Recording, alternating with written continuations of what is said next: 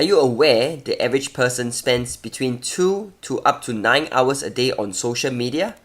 And do you know most of it goes towards YouTube, Facebook, and Snapchat? These are based on statistics available as recently as 2017, and the trend is set to only go upwards. Translated into a lifetime, that's more than 5 years of our lives. This trails only watching television at almost 8 years of irrecoverable time. Just imagine this. Pretty astonishing and staggering, isn't it?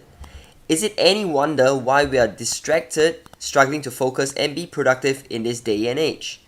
The problem has escalated so furiously, we've invented terms like phantom vibration syndrome or ringxiety, which is perceived vibrations or notifications from a device that is not really vibrating. And maybe someday, not too far away, people will be using the term notificationism. Anyway, in this short episode, I'll share why we need to become conscious of our social media feed and how to transform consuming it into an enriching time for ourselves. Some years back, at a year-end retreat, I was sharing with and reminding my closest inner circle, we need to truly guard our time. Right? Let me say this again, we need to truly guard our time and what we do with it wisely. Want to know the reason why? It's simply because who we become in time is the primary result of the people we associate most with and what we consistently feed on, such as news, books, and these days, certainly social media feeds as well. Time vested with X means you cannot use it on Y.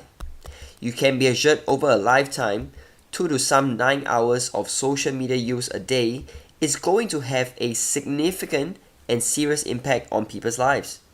As we progress through life, many a times we unconsciously get caught up and even obsessed with news, events, and happenings elsewhere that have little to no bearing on our own lives. And when we are unconscious, there's nothing in the world we can do about it. Conversely, if we were to use these 2 to 9 hours a day wisely, we will unquestionably become more high-performing, wealthier, and lead more compelling lives. The first part is really about awakening, and that's what I'm endeavoring to do here with brevity. Surely not everything we come across has value for us, and as such, we need to take a proactive stance and curate what we consume.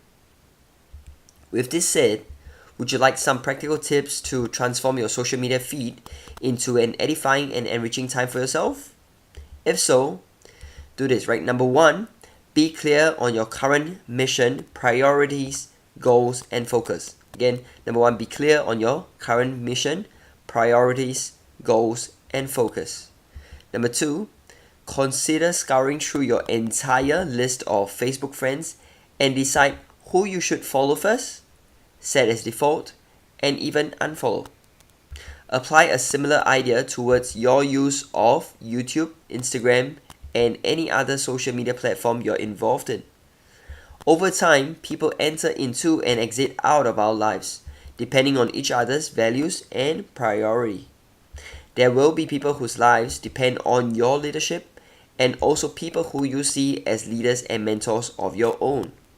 Number 3, set a time budget for how much time you should be on social media each day. Don't allow it to run and overwhelm your life. And don't be on it all day long unless you are using it productively and profitably for business.